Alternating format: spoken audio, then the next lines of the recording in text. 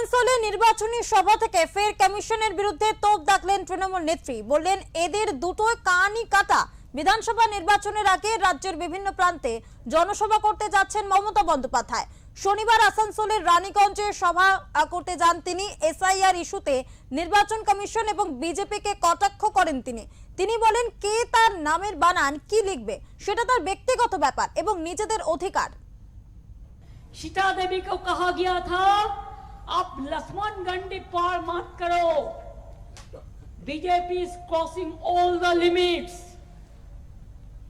First supplementary list কোথায় গেল? নরেন বলল 1 কোটি, আমি বলবো ওটা বলেছিল 1 কোটি 20 লক্ষ, আর আমি মিলিয়ে দিচ্ছি সংখ্যাটা। প্রথমেই 58 লক্ষ বাদ হয়েছে, মানে প্রায় 60। সেটা খোলাই হয়নি।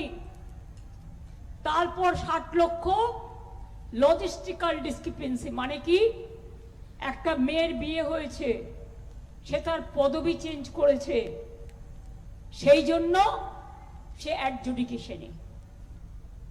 একটা মেয়ের বিয়ে হয়েছে, সে বাপের বাড়ি থেকে শ্বশুর বাড়ি গেছে, লজিস্টিক্যাল ডিসক্রিপেন্সি।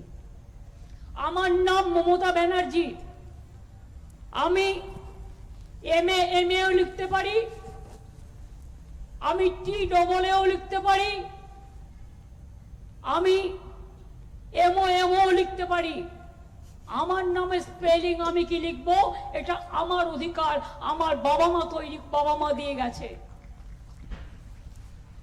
তোমরা এআই দিয়ে নাম ভুল করেছো, এমনকি জাজেদের নাম পর্যন্ত অ্যাডজুডিকেশন লিস্টে ঢুকিয়ে দিয়েছো। লজ্জা করে না? শুনুন, এদের কোনো লজ্জা নেই, কারণ একটা কান কাটা থাকলে দুটো কান কাটার ভয় থাকে। এদের তো দুটো কানই কাটা।